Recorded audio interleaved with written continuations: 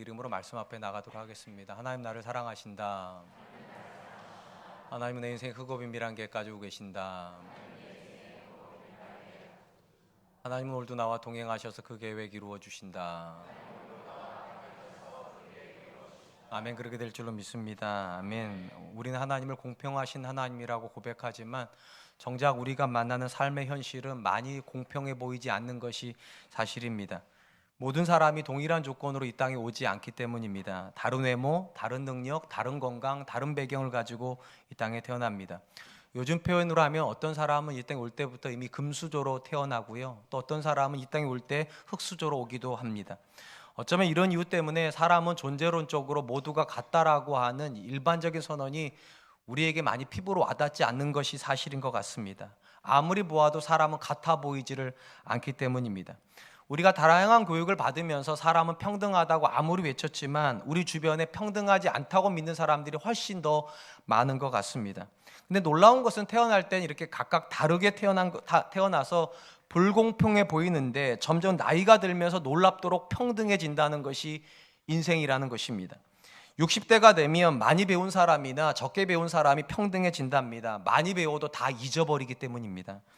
70이 되면 잘생긴 사람이나 못생긴 사람이 또 평등해진답니다. 얼굴에 주름이 잘생김을 다 지워버리기 때문입니다. 80이 되면 힘센 사람이나 약한 사람이 똑같아진답니다. 어차피 힘이 없기는 매 한 가지이기 때문입니다. 90이 되면 병원에 입원해 있는 사람이나 집에 있는 사람이 똑같아진답니다. 어차피 죽음을 기다리기는 매 한 가지가 되기 때문입니다. 100세가 되면 살아있는 사람이나 죽은 사람이 또 똑같아진답니다. 살아있지만 아무것도 하지 못하기 때문입니다. 사람의 인생은 다르게 태어나서 인생을 살아가면서 같다는 것을 배워가는 여정이 아닌가 생각이 됩니다. 젊을 때는 온갖 수고를 통하여서 내가 그들과 다르다는 것을 증명하려고 합니다. 다른 집에 살고 다른 것을 먹고 다른 옷을 입고 다른 차를 타기 때문에 내가 그들과 다르다라고 그렇게 생각을 하는데, 점점 인생의 깊이가 깊어지면서 깨닫는 건 그들과 내가 별로 다르지 않다는 것입니다.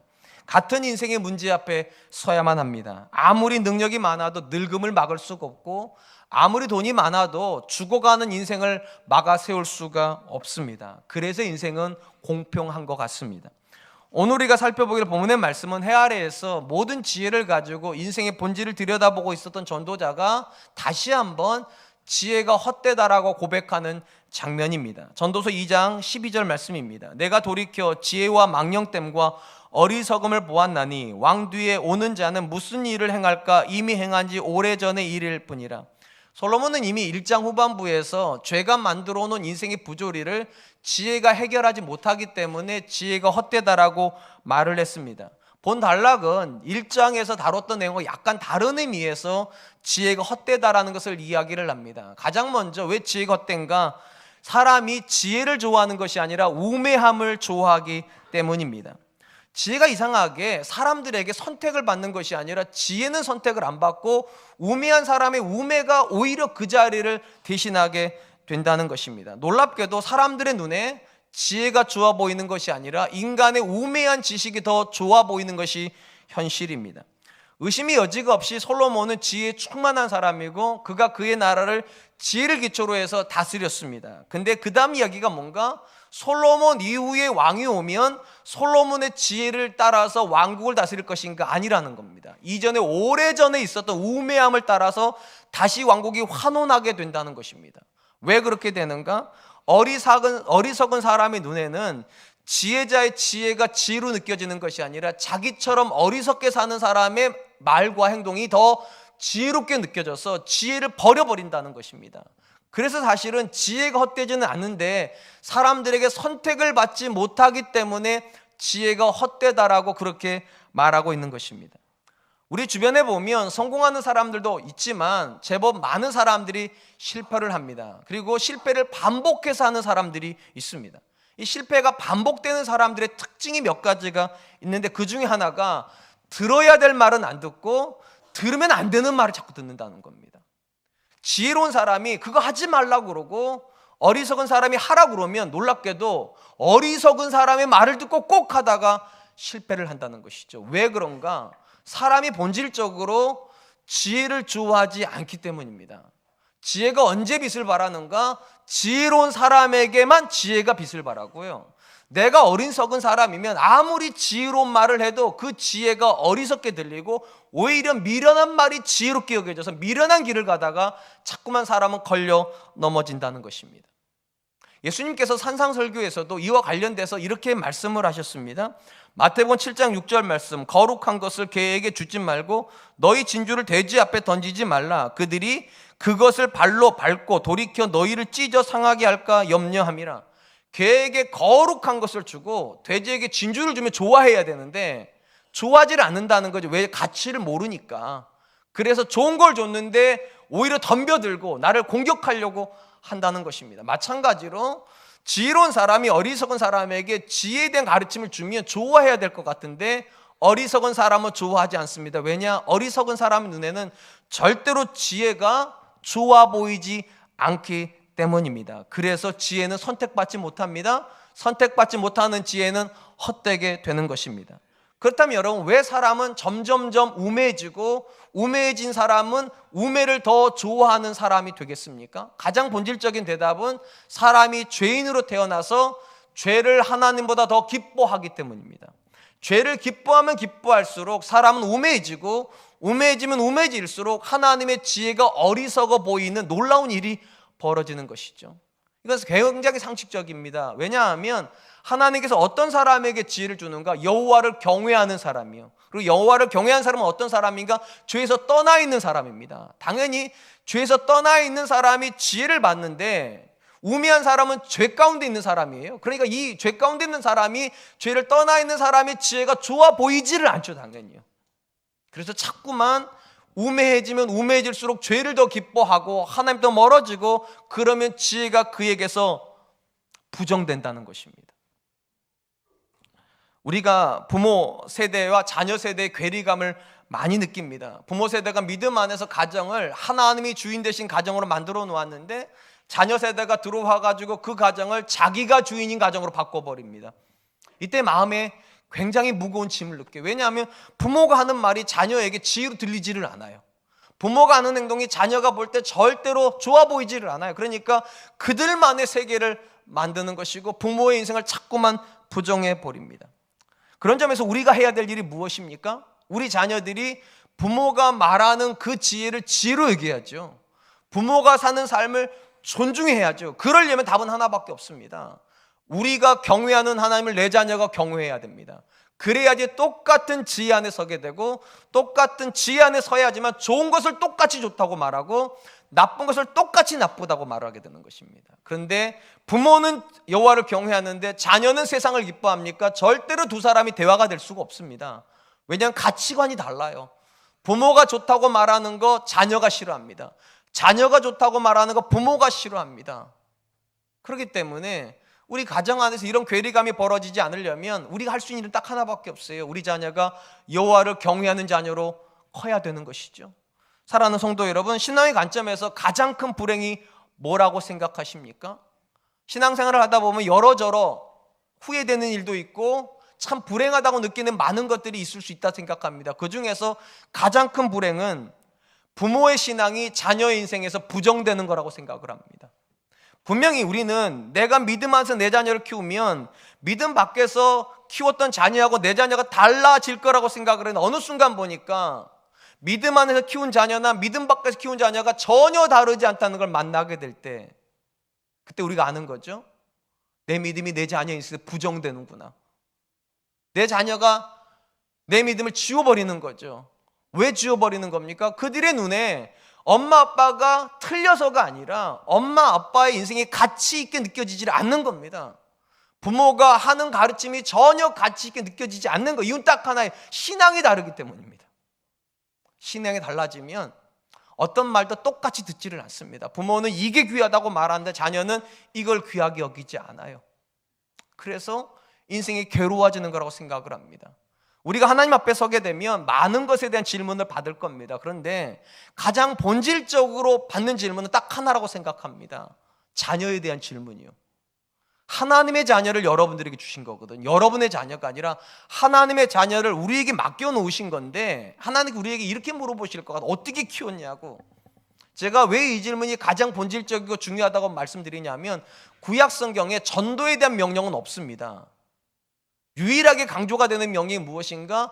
자녀 양육에 대한 명령입니다. 단순히 말하면 다른 사람은 전도 못할지 몰라도 내 자녀만큼은 여호와를 경외하는 자로 키워놓으라는 거죠. 왜냐, 그것만큼은 내가 할 수 있어야 된다는 거예요. 왜냐, 내가 진짜로 하나님을 믿는 사람이고 그것이 내 인생의 가장 중요한 가치관이라고 믿으면 우리 부모는 자녀에게 좋은 걸 주지 절대로 나쁜 거 안 줍니다. 당연히 하나님 줄 거라는 거죠. 근데 어느 순간 우리가 깨닫는 것이 있죠. 우리가 우리 자녀들에게 하나님을 주고 있는 것이 아니라 세상을 주고 있다고. 그리고 내 자녀들이 세상을 받아 먹으면 어느 순간부터 부모의 말을 가치 있게 여기지 않습니다. 왜냐?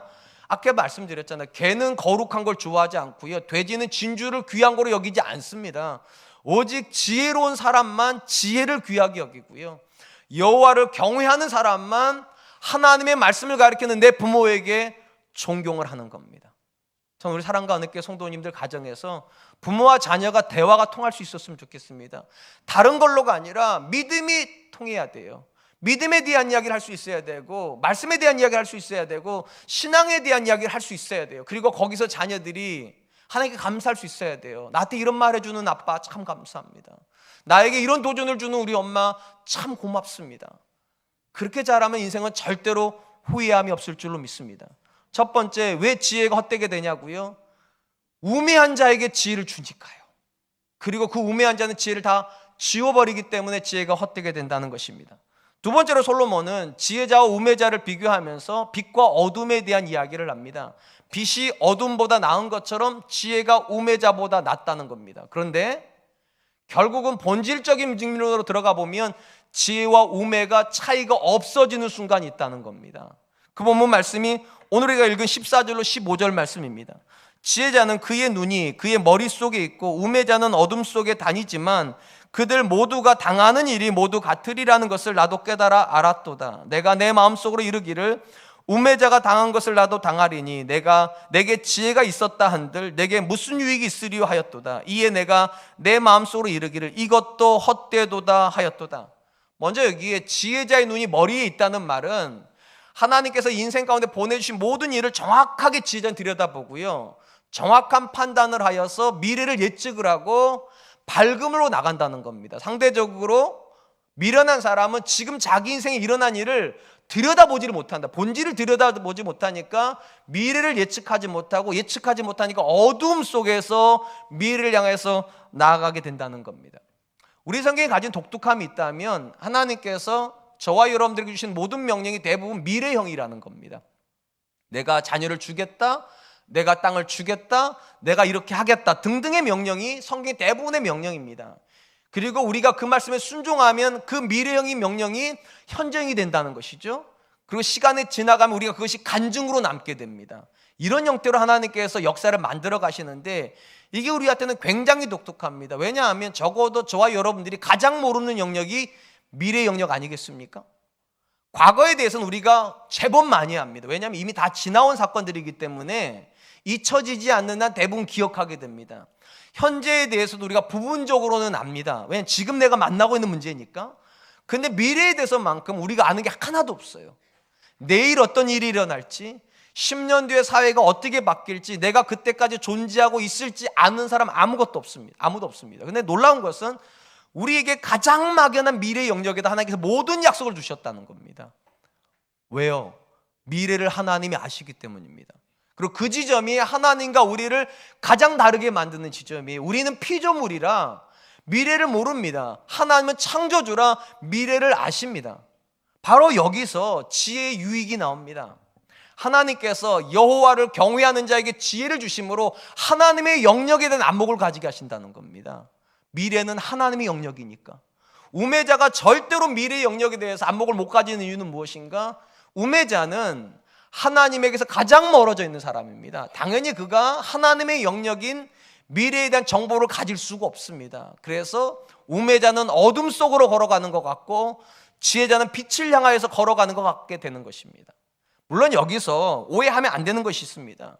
지혜자가 바라보는 미래라고 하는 안목은 절대로 사건적 의미가 아닙니다. 쉽게 말하면 내일 어떤 일이 일어나는지 지혜자들은 모릅니다. 그리고 어디에다 투자하면 돈 버는지 진짜 몰라요. 만약에 이게 사건적 개념이라 목사님들이 돈 제일 많이 버셔야죠. 근데 목사님들 돈 못 벌잖아요. 왜냐면 어떤 주식이 터지는지 몰라요, 여러분. 어느 땅에 대박난지 몰라요. 그러니까 아무리 지혜가 있어도 사건적인 의미에서는 모르긴 매한가지입니다. 그럼 뭐를 안다는 건가? 이거를 아는 겁니다. 하나님이 내일 무엇을 기뻐하실지, 10년 뒤에 하나님께서 내 인생에서 어떤 게 되어지기를 원하시는지 그거를 안다는 거예요. 그리고 그것을 준비하는 겁니다. 하나님이 기뻐하는 일을 준비하여 하나님의 다스림 속에서 미래로 갑니다. 그러면 안전해요. 왜냐하면 하나님이 미래를 붙잡고 계시고 그 하나님이 기뻐하는 일을 내가 하고 있다면 이 사람에게 나쁜 일이 생기겠습니까? 이 사람을 무너뜨릴 세력이 있겠습니까? 상대적으로 어리석은 사람은 하나님이 무엇을 기뻐하는지 모릅니다. 그러니까 자기가 기뻐하는 일을 합니다. 그러면서 미래를 준비한다고 착각을 해요. 그러다가 미래에 들어가 보면 아는 게 있어요. 미래가 내 영역이 아니라는 것을요. 그래서 절망합니다. 그래서 좌절합니다. 믿음과 미래의 불확실성에 대한 상관관계를 가장 잘 보여주는 인물은 요셉입니다. 여러분, 요셉이 17살에 형들에게 옷이 다 벗겨져 가지고 노예로 팔려갑니다. 여러분, 그 시점에 요셉에게 미래가 있다고 말할 수 있습니까? 없습니다. 왜냐하면 그 당시 노예들은요, 주인의 소유물입니다. 주인이 살릴 수도 있고 죽일 수도 있어요. 그러니까 자기에게 노예가 미래가 있다고 말하는 게 어리석어요. 17살에 미래를 잃고 애굽으로 팔려갔습니다. 그 집에 이제 보디발의 집에서 이제 종살이를 하는데, 놀라운 것은 주인인 보디발의 눈에 요셉이 어떤 인물로 보이는가? 미래가 없는 인물로 보이지가 않다는 겁니다. 성경 이렇게 기록해 놓았습니다. 창세기 39장 2절로 3절 말씀. 여호와께서 요셉과 함께 하심으로 그가 형통한 자가 되어 그의 주인 애굽 사람의 집에 있으니 그의 주인이 여호와께서 그와 함께 하심을 보며 또 여호와께서 그의 범사에 형통하게 하심을 보았더라. 여러분, 이 말씀을 잘 들어보세요. 여기에 절망이 있습니까? 여기에 낙심이 있습니까? 사실 이 모든 이야기를 읽어보면 마치 비전 있는 청년에 대한 이야기 같아요. 꿈이 있는 청년에 대한 이야기 같아요. 이게 어디 종살입니까? 상식적으로 생각을 해보면 요셉은 자기 인생에 어떤 일이 일어나고 있는지도 모르고 왜 그렇게 거기에 끌려와 있는지도 아는 게 하나도 없습니다. 근데 한 가지 아는 것이 있어요. 그 상황에서 하나님이 뭐를 기뻐하시는지 압니다. 그래서 하나님과 동행하는 거예요. 그리고 하나님과 동행하고 있는 동안에 요셉의 인생은 미래를 향해서 갑니다. 여러분, 도무지 종이 총리가 될 수 있는 길은 없어요. 하나님이 여시는 거예요. 그리고 지혜자는 하나님이 길을 여실 수 있도록 하나님이 뭐를 기뻐하신지를 분별하기 시작한다는 겁니다. 이러보건대 믿음에서 나오는 지혜는 우리에게 굉장한 유익이 있습니다. 하나님이 기뻐하시는 것을 분별해내기 때문입니다. 그런데 왜 본문에서 솔로몬이 그럼에도 불구하고 지혜와 우매가 비슷하다, 그래서 결과적으로 지혜가 헛수고다 이렇게 말하는가? 지혜가 우리로 상황을 잘 분별하게 해주긴 해도 우리에게 일어난 일을 결정하지 못하기 때문입니다.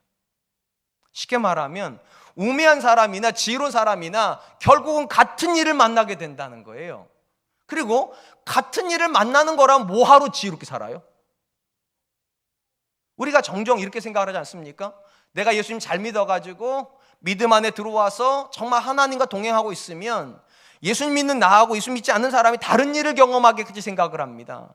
근데 막상 현실에서 우리가 만나는 일은 그들이 만나고 있는 일과 별반 차이가 없습니다. 우리 인생에도 자녀의 문제가 있습니다. 우리 인생에도 경제적인 문제가 있고요. 갈등이 있어요.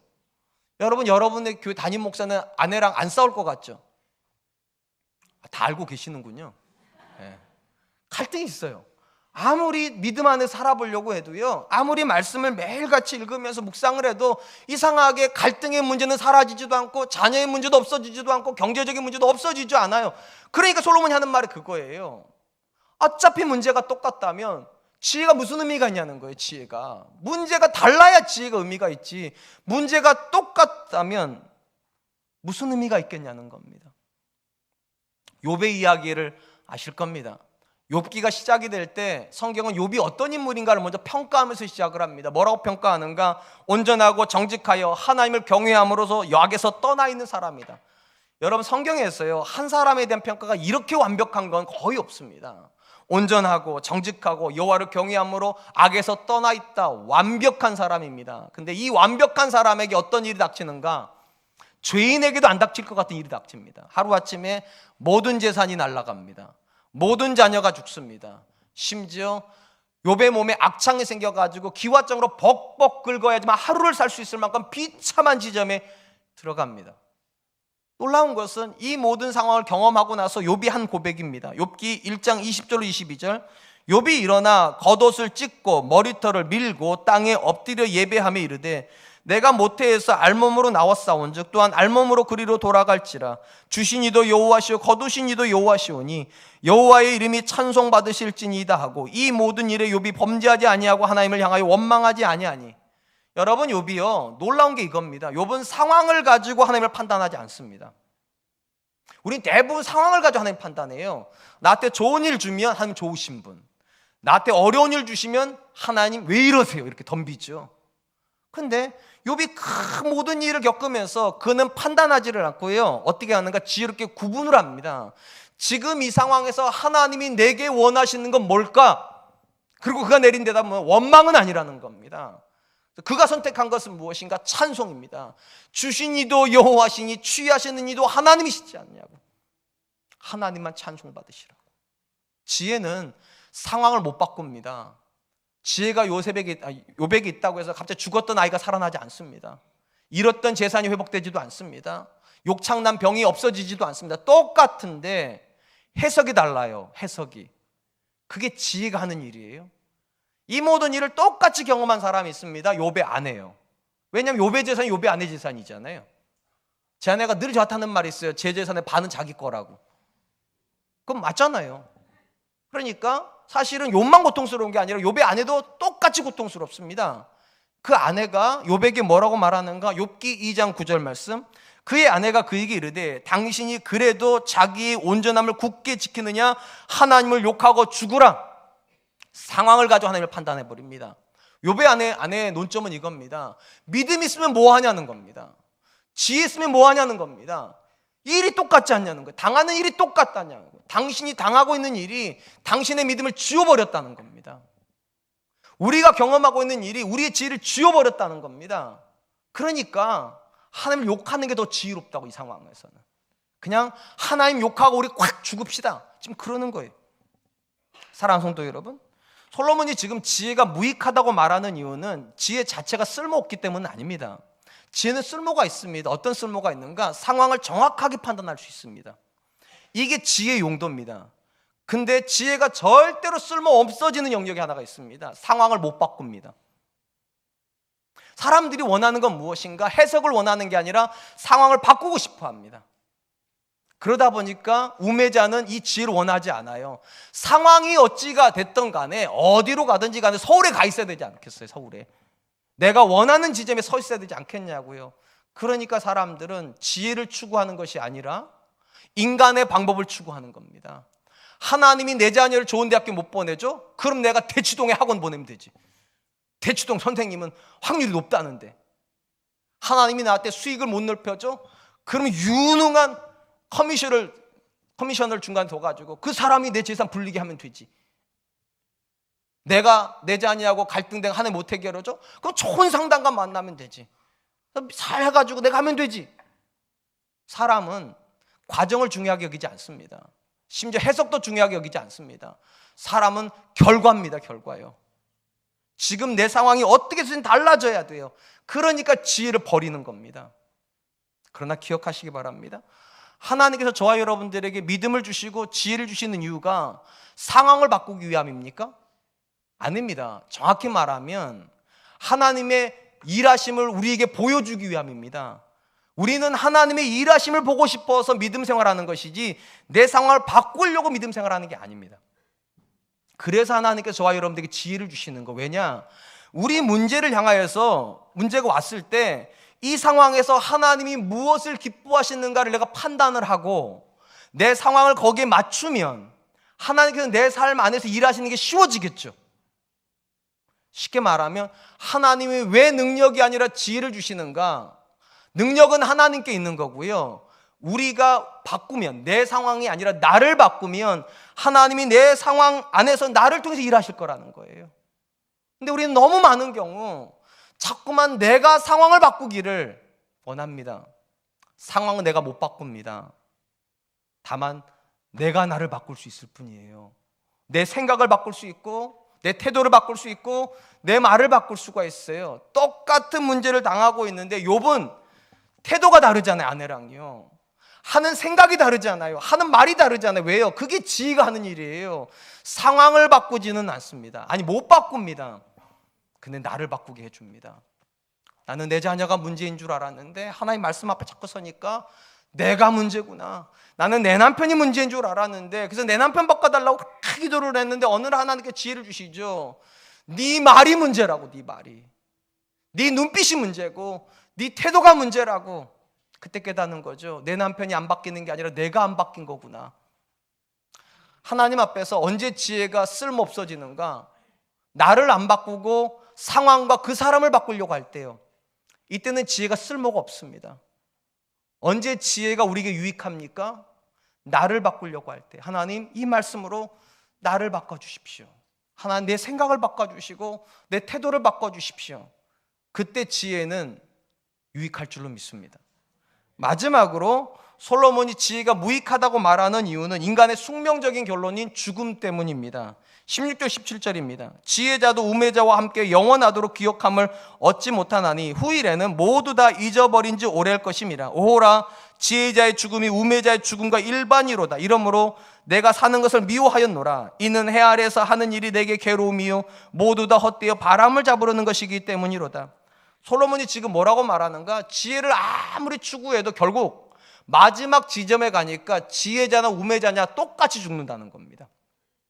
아니, 하나님께서 지혜로운 사람은 안 죽게 해주시든지 아니면 우매자는 일찍 죽게 하시든지 이렇게 해야 되는데 오히려 우매자가 더 장수하는 일도 벌어지고 지혜자가 단명하는 일도 벌어진다는 거예요. 그럼 뭐하러 믿냐는 거 도대체.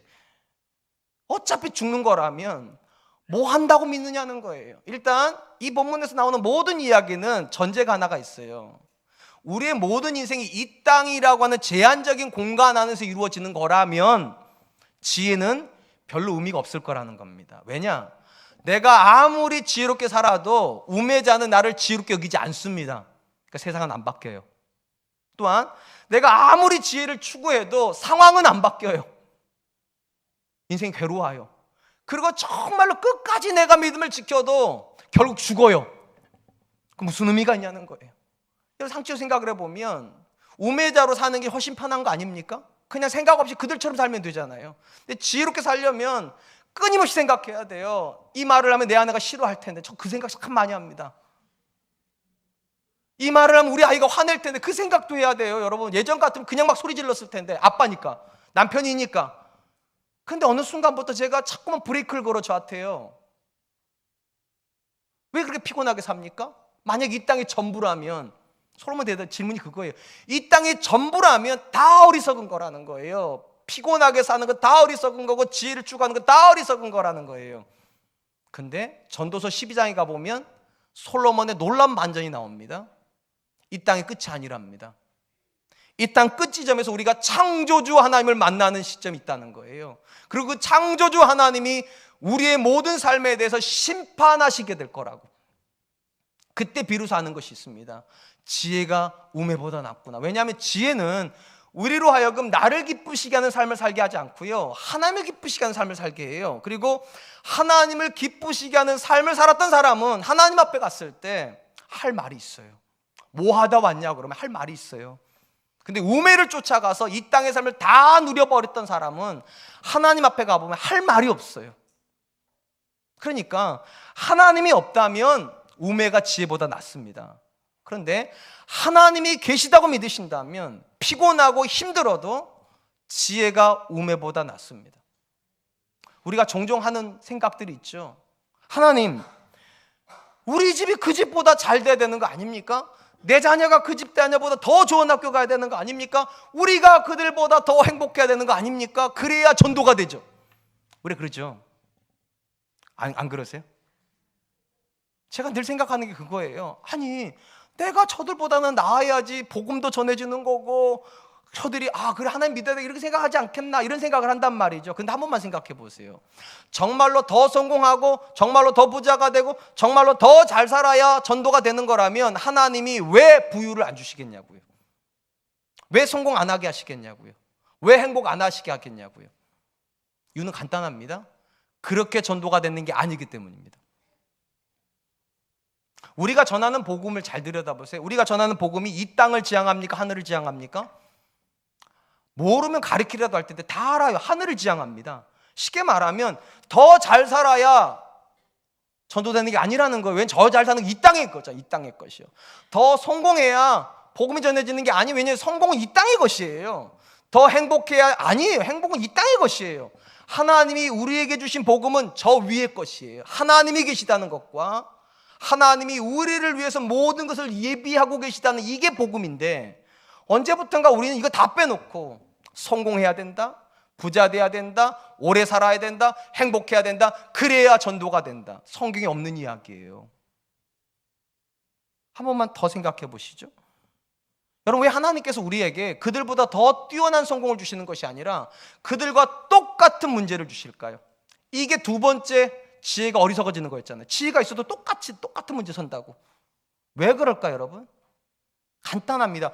똑같은 문제를 받아가지고 땅을 지향하고 있는 그들이 푸는 것과 하늘을 지향하는 우리가 어떻게 푸는 게 다른지 그들에게 보여주라고요.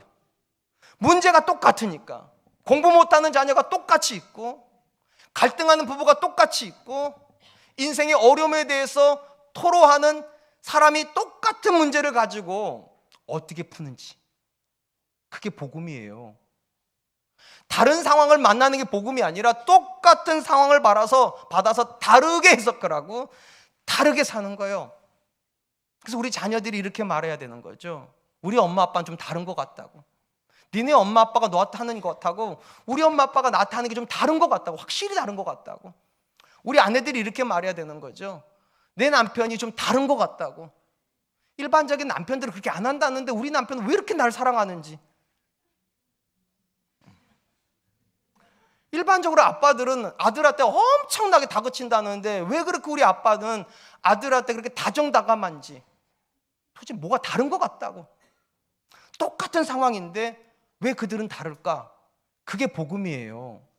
똑같은 문제를 푸는데 왜 그들은 나랑 다르게 풀까? 그게 복음이지. 그들이 하는 성공을 내가 더 한다고 무슨 의미가 있습니까?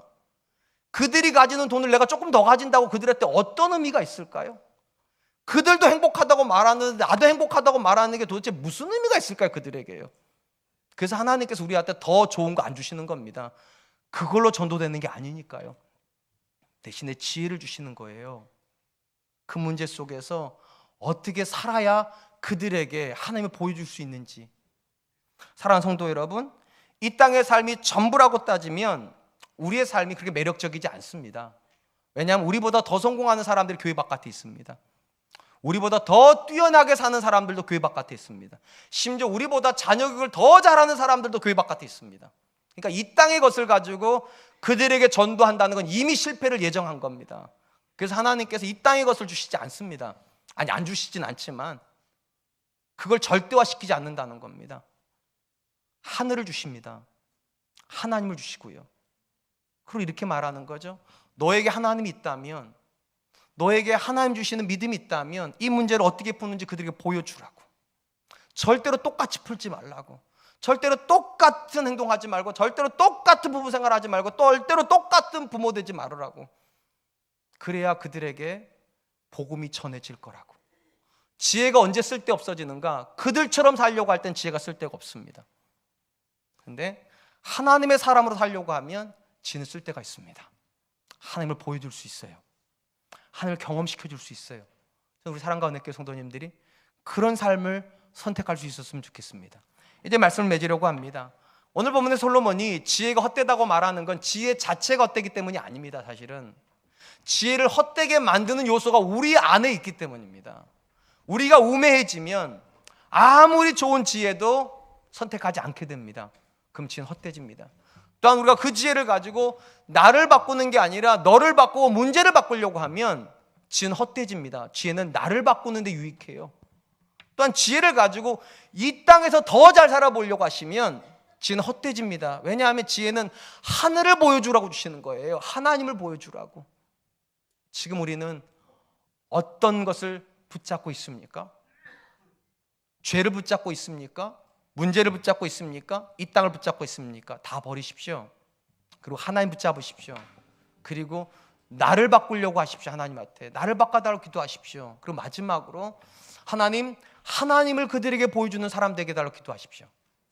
반드시 그곳에 능력이 있을 줄로 믿습니다. 그것을 통해 하나님 영광 받으실 줄로 믿습니다. 자, 우리 함께 찬양할 텐데요, 아주 오래전에 많이 불렀던 찬양입니다. 해 아래 새 것이 없나니. 왜 성경에서 우리 보고 새로워지라고 말하는가? 새로워져야 지혜가 정말로 귀하다는 걸 알게 됩니다. 새로워져야 우리가 붙잡지 말아야 되는 것이 무엇인지를 알게 됩니다. 근데 나를 안 바꾸고 옛사람 그대로 자꾸 신앙생활을 하니까 지혜가 어리석음보다 못하게 되고요, 그들처럼 자꾸만 살려고 합니다. 이 찬양 드리면서 하나님 새로워지게 해주십시오. 나의 관점도 새로워지고 내가 인생을 대하는 태도도 새로워지게 하여 주시옵소서. 우리 같이 한 번만 찬양하겠습니다.